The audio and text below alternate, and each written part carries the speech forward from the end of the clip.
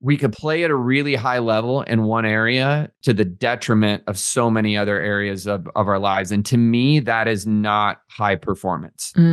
High performance is really what I call whole performance. And that's being able to play at a high level in every area of your life. Yes, we're not robots. The meters are going to move up and down just a little bit, but you're never in a situation where one thing is like way up here and something else is just a dumpster fire.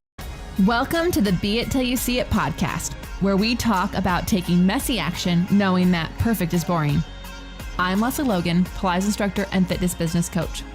I've trained thousands of people around the world, and the number one thing I see stopping people from achieving anything is self-doubt. My friends, action brings clarity, and it's the antidote to fear. Each week, my guests will bring bold, executable, intrinsic, and targeted steps that you can use to put yourself first and be it till you see it.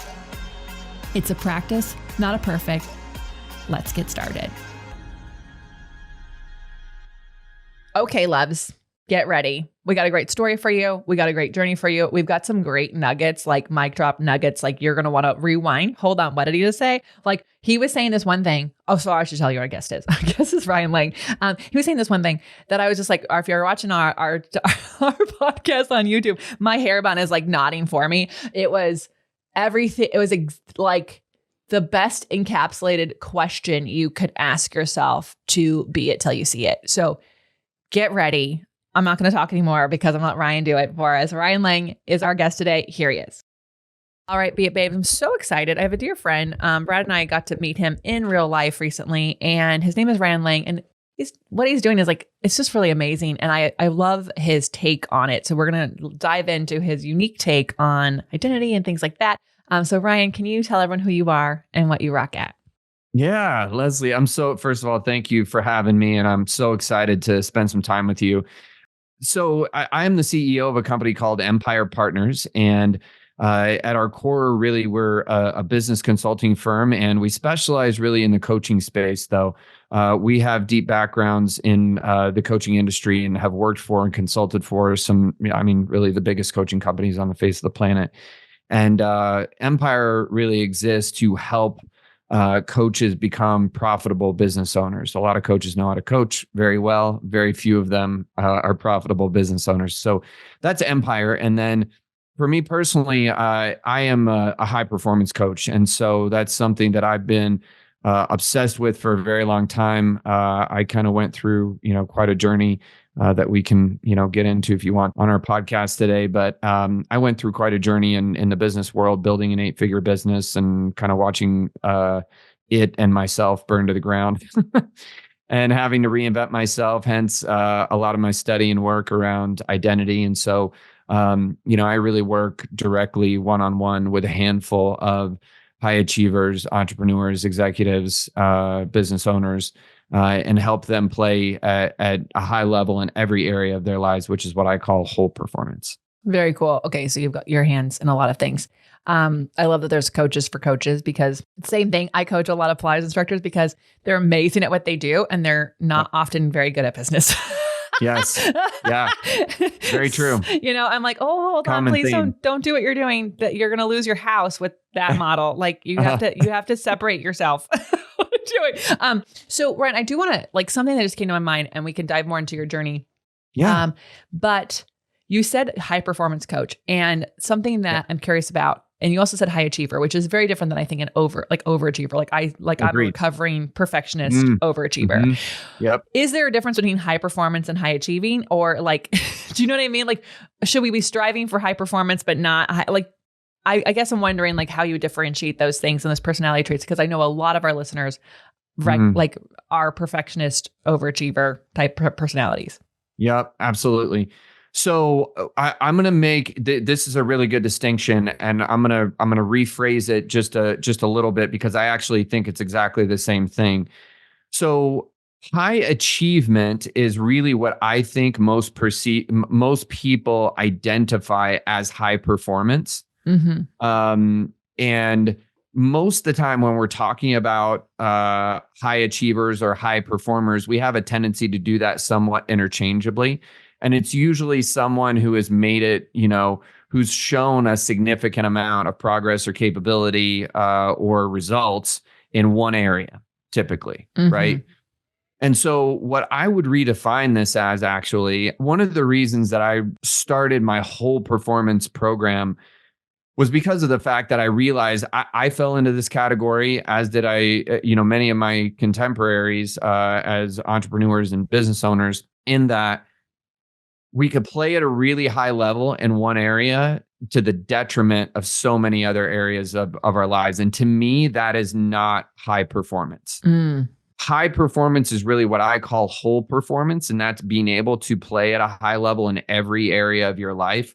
Yes, we're not robots. The meters are going to move up and down just a little bit, but you're never in a situation where one thing is like way up here and something else is just a dumpster fire. Right. Like your work is like insanely amazing and your relationship is like, there's no relationships. Got it. So like, exactly. Okay.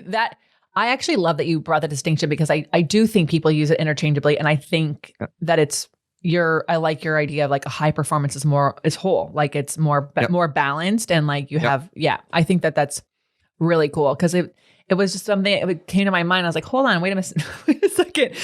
We don't often talk about high performers. A lot of people are high achievers or overachievers. And that's interesting. Okay. So I want to go back to your journey a little bit, though. How did you get into coaching, and then also that little bit of a burnout journey that brought you to where you are? Like, because I do think, I had a coach who said you can never take people's rock bottoms away. And I know people are all like trying to protect their kids from like a rock bottom, but like really we learn the most from these journeys. So I would love to hear yours. Yes.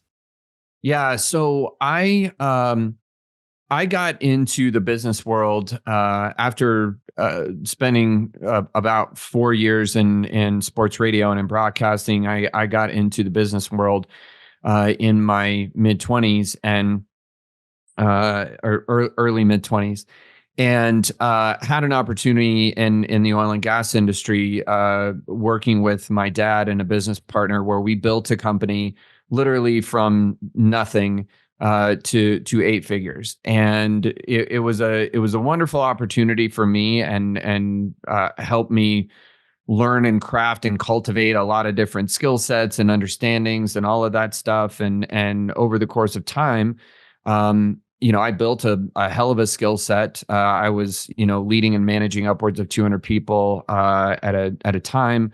At one point, and I was making a lot of money, especially for a person my age, and living a life of freedom and doing what I wanted to do and all of that stuff.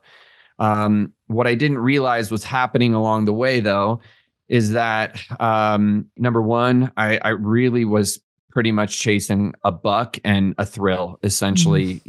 My hedonistic set point was consistently getting higher and higher, and I needed more, and I just couldn't keep, I was insatiable from that standpoint. And in conjunction with that, my wife and I had our first child. It was an amazing experience. And shortly after that, we found out unexpectedly that she was pregnant again. We didn't even know if we were going to have another kid. And 9 months later, we're like, hey, there it is again. So oh my God, those are Irish twins. Oh, very close. Yeah. Very, very close to Irish twins. So when she found out that she got pregnant, it was a really tough time for her. And we started having a really difficult time in our relationship. Communication started to break down. And right around that time is like, I can look backwards now and sort of see when the pieces really started to fall apart. I spent a lot of time on the road, like 75-80% of the time. And as our communication got worse and worse, I started turning into a completely different human. It was on some level somewhat self-preservation, so to speak. Yeah. But I literally turned myself into somebody completely different. I lived a completely different life away from home. I honestly, I think I was an absolutely terrible husband, at eventually, a really terrible boss and leader. I literally looked at myself every day and just hated what I saw in the mirror, and I couldn't stop doing what I was doing. Like I was on that highway to complete and total disaster, and I was not slowing down at all.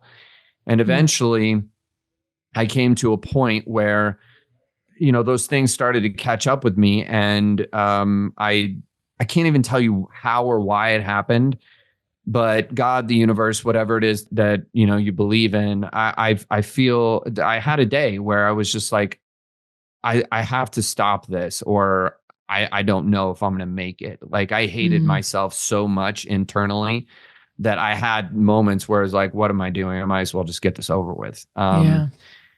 And That's a really dark place to be. And I think a lot of Yep. people can resonate because it's like, I'm like thinking back to like your definition of like a high achiever Mhm. versus a Mhm. high performer. And like, and then even like your thoughts on identity, which we'll get to, like, it's like, you probably like, this is what we're doing. This is what I'm good at. This is where I'm going. Yep. And then it's like Yep. too much of one thing is never, Yep. it doesn't make you a balanced person. So yeah, that's a really 100%. hard day.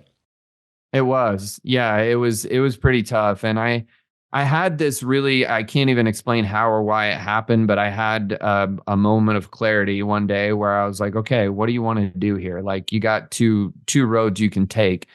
You can see if you can repair your marriage. Maybe you can, maybe you can't, but at bare minimum, you give it a shot and commit to a different life no matter what happens with the marriage, or you keep doing what you're doing and see how that works out for you. Mm-hmm. And so I decided to go back and the Cliff's Notes version of the story is that my wife and I agreed we'd give it a shot, and we did, and we're still married, and our girls are amazing, and we have a great marriage now. But at that time, I realized in order to make this work, if I was really going to give it a shot, I had to not be traveling 75-80% of the time. And at the time, we were living in a suburb of Nashville in Franklin, Tennessee, and I was traveling to Pittsburgh constantly. I had an office there. And so I went to my partners and I just said, look, guys, I can't do this anymore.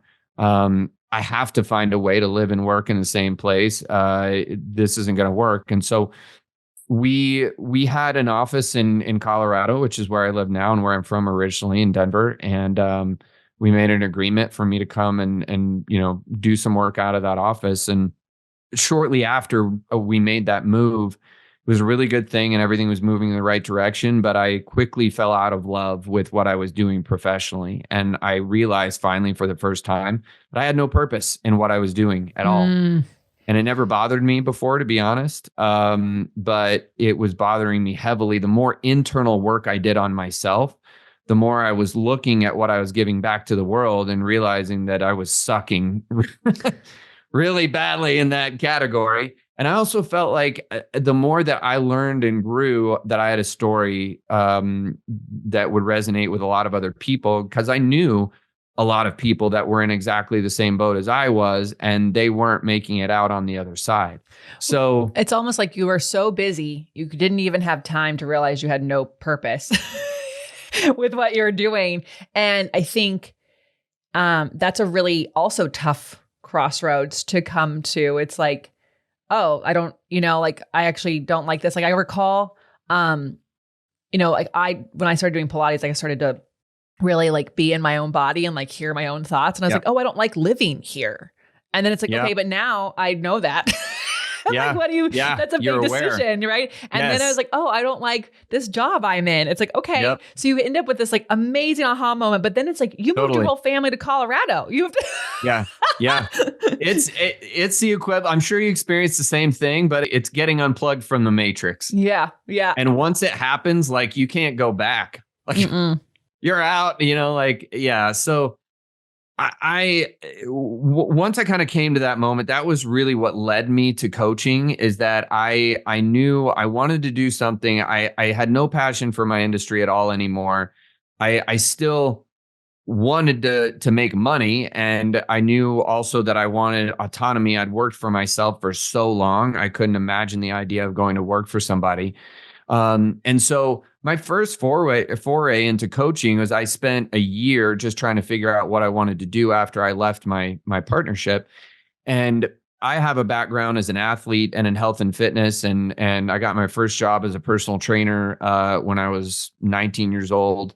and did that for 3 or 4 years. And I thought to myself, I had to, one of the places, interestingly enough, when I was working on myself after things were such a mess, and I finally sat down and was like, okay, who do you want to be and how do you start crafting that human?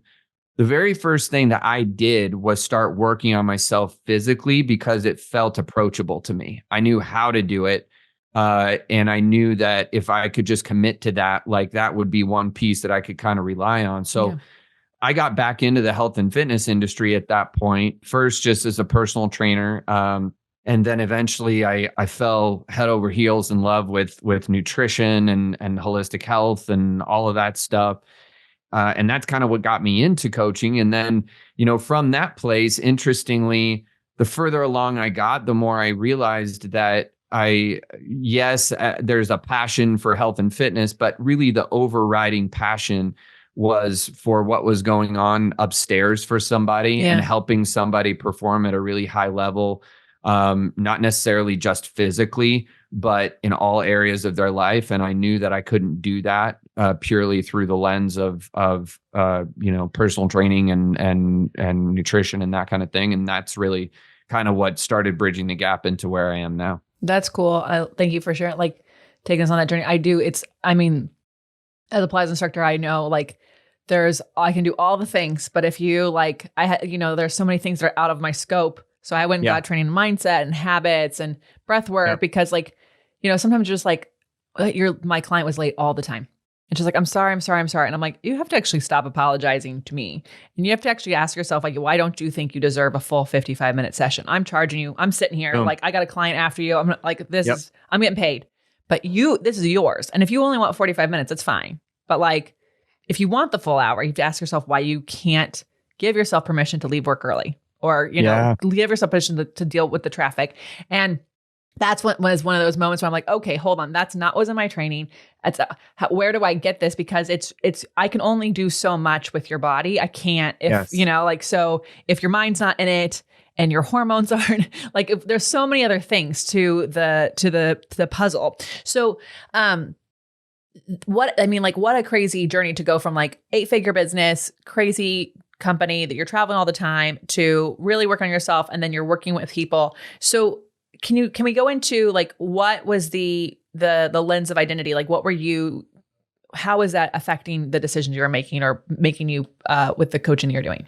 Yeah, great question. So it's when I was kind of in the thick of it before I exited my partnership and when things were as bad as they were, what I realized is that looking back, of course, hindsight always being 2020, I made a couple of decisions that I really hated.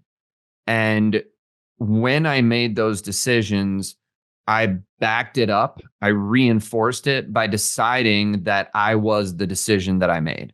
Oh, well, because I did this, I guess I'm just that type of person. I guess this is just who I am. And I can remember times where during that period of time, I started crafting the identity of somebody that I didn't want to be and hammering it into my subconscious. So I can remember right now as we're having this conversation, I used to do a lot of driving when I was in Pennsylvania, between Pennsylvania and West Virginia and Ohio, visiting clients and some other things.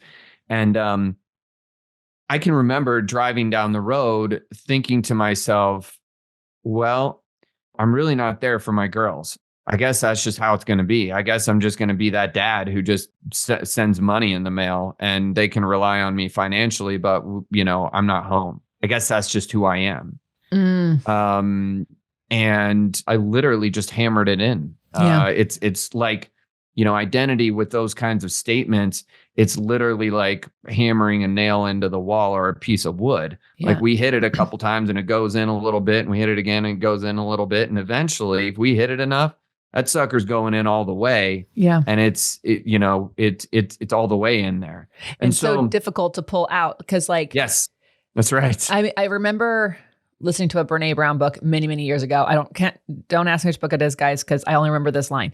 And it was, there's a difference between saying to your child who gets a bad grade, you're stupid, or who does something ridiculous and you're saying you're stupid, Yeah. or that was a dumb thing to do. Like there's a difference between your and that. And so Yep. like, and it's so common for us to go, I did something, I am that person, as Yep. you're saying, versus like, oh, that was a weird mistake I made, or why did I like, like it's so crazy how we just like bring that on, and our brain is not going to like go meta on us and go rogue and go, no, hold on, that's not you. It's just like, okay, that's what I am. Yep.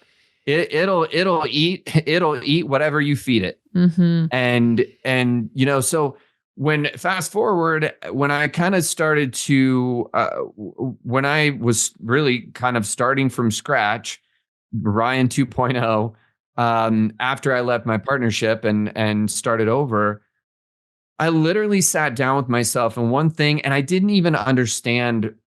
I had done very little inner work to that point, and I didn't even fully understand what I was doing. But one of the best decisions that I made, whether I knew I was doing it consciously or not, was that I didn't sit down and say, okay, what is it that I want my life to look like? Or what do I want to do in life? Or, not even what do I want a day to look like? What I did is I sat down and I asked myself, who do I want to be? What do I want to be able to say? Who is the human that I want to show up as and that I want other people to see day in and day out? And that became kind of the bedrock for everything that I built. And what was interesting about that is that all of the things that had swirled around in my mind about where I wanted to go and the things I wanted to do and all of that stuff, when I focused on who I wanted to be and how I wanted to show up and what I needed to do to actually become that, all of the rest of the things just came. Yeah. I mean, you just described be it till you see it. Like that's the best question you could have asked yourself, versus like, it's so easy for us to go to the day or the calendar or the thing, the action. But it really is, you have to understand the who so that you can understand like, what would that person do? Like, how would that person show up? Like, what are those actions I would take? Well, I love that so much. And I also like, it's so important because I have done, many, many years ago, one of the first times I ever did like a goals, like a 1 year, 5 year, 10-year thing was in 2012, I think, maybe 2011. And if you do it like that, it's great. You'll get what you put down, guys. Like I got like exactly what I put down, and I got it fast and I wrote it, but it didn't make me happy because I didn't start with the who, I started with the what. And like, so I remember like everything was going along and I'm like, okay, and now I'm going to be trying to find a yoga training. And I'm like, do I want to be a yoga teacher? Like I'm a Pilates. Do I need to be a yoga teacher too? Like it was this weird question that I was asking. I'm like, hold on, what did I write down? Like what were these my goals? And so I had to go back to the drawing board a year later and go, okay, who am I wanting to show up as? And then let's do this again. And it's really, really important because you will get what you want. Like what you put out there, you'll get. It's really amazing. And also like if you put out the wrong thing, you're going to get that thing. Amen. 100%. And I love the way that you phrase that because it's so true. If we attack the what first, we don't necessarily become who we want to become in the pursuit of the what.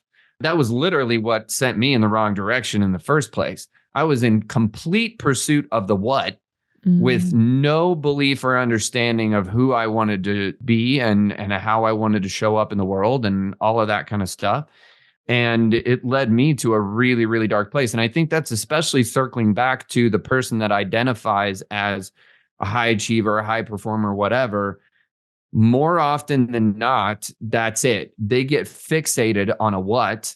And once they realize they can do the what, everything else kind of goes by the wayside and they inevitably become something that they don't choose.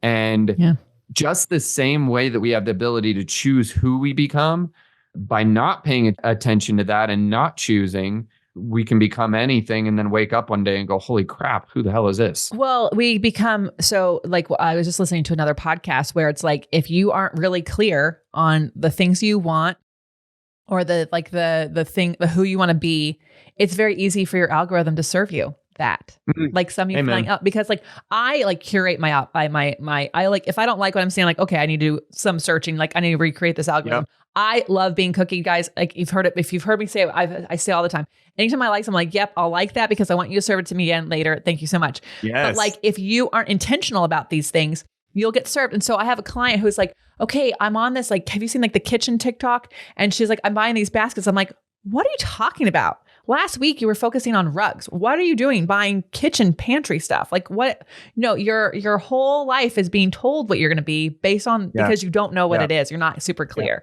Yeah. Yeah. It's many years ago before social media, it was like, if you don't have goals, someone's goals will become yours. Like it's the same kind of thing. Yep. Yeah. Amen. Yeah. So, okay. So all this work, all this stuff you really focused on the who. What are you excited about right now? So now that you're like on the other side, you've got this 2020 hindsight, like what are you so excited about right now? What are you focusing on? Oh man, for me, I'll say this in two ways. First things first, I'll talk about what I'm kind of excited for others for. When I got into the coaching space, just like any other area of entrepreneurship or business ownership, I didn't know what I didn't know, and I knew nothing at that time. So I got my ass handed to me over and over and over and over again. And one thing that I love a lot about where I sit right now is that I sit in a space in this moment in the work that I get to do with people and the work that Empire gets to do with people and companies where we have failed over and over and over and over and over and over and over and over again. And we've watched others fail over and over and over and over and over again. So much so to the point where we've figured out a lot of things that most people haven't. And one of the things that I'm most excited for is that right now, I believe that I and we collectively are so well positioned to help so many people who in turn are going to go out and help others. Yeah. That excites the ever living hell out of me right now. And what I love even more is that I also recognize that this isn't a place in any way, shape, or form. I believe that if I wake up one day and feel like I've arrived anywhere, I'm in big trouble. Yeah. I'm sitting in a place in this moment personally where what really excites me is that I'm also kind of ready for like my big shift. So, ironically, this year has kind of been a lot of my work starting on, Ryan 3.0 Yeah. at this point, so I'm super excited personally to kind of take a lot of next big steps and step into a lot of spaces that are unfamiliar and play with a whole lot of people that, in the past I thought maybe were, too far ahead. And, it's going to be a lot of fun and I'm ready to buckle up and, go fast. I love that. I think that's really cool. And I also, I want to highlight like back when you're Ryan 1.0, like your work was all about money. And then now it's about the impact on the people. Mm-hmm. And like, I think like that's something that I focus on. I think about a lot because I want as many people in the world to do Pilates. Like I'm just obsessed. I know it's a great thing. I also know that like not everyone will like me and I'm not everyone's like, I'm also not the best teacher for you. If you've got like pelvic floor issues, there's going to be other people for that. Like I love that the more I help these other teachers, the more impact that makes because they actually can get their message out to the people that they're going to help. And then those people are going to have their lives help. So like, it's kind of this thing where it's like, when you do focus on like the amount of people you can impact, like it really does make the work we do like more exciting because it's less about like, how much are we going to charge for that? And more about like, how are we get these many people to, how we can help them? How are they going to hear how we can help them? And I think that it makes it way more fun and it does require more work on the part of ourselves because you've got to keep growing and learning so you can figure out how to help them in a different place that they're at. So I think that's really cool, Ryan. I'm excited for you. We're going to take a brief break, everyone. And then we're going to come find out where you can work with Ryan, hear more about what he's doing and his beit action items. All right, Ryan, where can people find you, follow you, connect with you more? Yeah. So you can get me on Instagram at Real Ryan Lang, Lang, on Instagram and easily findable on Facebook and LinkedIn as well. If you are in the coaching space and you want to be able to grow, scale your coaching business, you can check us out at www.empirepartners.io. And we've also right now, we're very heavy into business consulting in general, but in addition to that, we do a significant amount in the sales arena as well. And so if you want to check out our sales program that is good for any type of consultative selling, you can do that at www.closeeveryone.com. Cool. We have a lot of coaches who listen in all different kinds of areas. So I'm excited for them to connect with you guys. Okay. You've told us some amazing stuff. There's been some great nuggets, but just for our amazing listeners who are the recovering perfectionist overachievers who would like some action items at the end, what are some bold, executable, intrinsic, or targeted steps they can take to be it till they see it? Yeah. Number one, as you and I talked about earlier, I think it first and foremost, don't do anything before you figure out the who. Start with exactly who you want to be. And I would even say, as you're sitting down and setting annual goals and things of that nature, before you even set those out, how do I want to show up this year? Who do I want to be? And how does that person do what they do day in and day out? And then, the next step for me and anybody that I'm coaching personally is, what are the things? Essentially, I've got to build collateral for myself so that my subconscious can catch up with the things that I'm doing and who I want to be and where I want to go.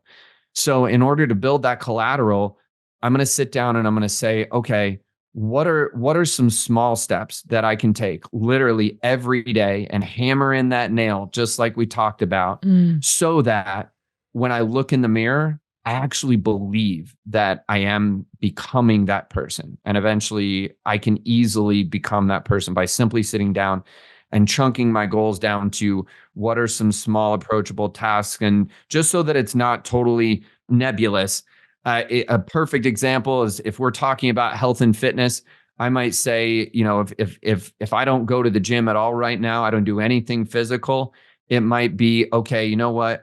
I want to be the type of person who goes to the gym 5 days a week, but I don't know that I can trust myself to really show up and do that yet. So I'm going to promise myself that I'll go for a walk 5 minutes, 10 minutes every single day. Well, if I do that for a week and then I do it for 2 weeks, well, now all of a sudden I'm a walker. I can identify as that person, right? And then I can stack something else small right on top of that. Okay, cool. I'm a walker. You know what? 1 day a week, I'm going to go to the gym and I'm going to do a full body weight training session 1 day a week. Well, I do that for a month or two. Now all of a sudden I'm a gym person, right? Yeah. So I think it really is deciding who, and then, small things that you'll do repeatedly day in and day out that can start conditioning that identity where you build up that collateral with yourself and your subconscious. Executing on those things and then stacking the next small step right on top of it. Because at the end of the day, it isn't with any kind of a goal or an outcome. We can't predict the goal or the outcome. What we can predict and decide on every single day is that we're going to do the things that we believe will eventually get us there. So we fall in love with the journey. We set the outcome. We forget about it. We fall in love with the journey and we do it over and over again, and then see where we're at and adjust. I love all of those. I really do. And I love that you just said at the end, because we can't control the journey. And like, if you are someone who identifies as an abundance mindset person, then you have to, like, I remember I wanted this house, the house we're in right now. And I remember telling my therapist, I was like, I'm just so nervous. Like, what if we don't get it? Like, and she's like, oh, hold on. You are an abundance mindset person. You have to believe that there's other houses out there. Like, if you don't, you can't get so obsessed with the outcome that you take away like what could possibly happen. And so I was like, oh, okay. So I just need to fall in love with this process, that I just need to enjoy this journey that I'm on. That could lead, if it doesn't lead to this one, it's going to lead to an even better one. Like, it's going to lead to exactly what's supposed to happen. And it was just such an interesting thing because it reframed how I like looked at the things that I was like holding on so tight as the outcome I wanted. Yes. It's way less stressful. So true. Just like let it happen. Yep. Yeah. Yep. Ryan, you're so awesome. I'm so glad we met. And thank you for being here and sharing your journey with us. I know I think that the way when people share a story like that, it allows all of us to identify like different parts in our life when we were like, oh, that's interesting. That's what I was doing back then.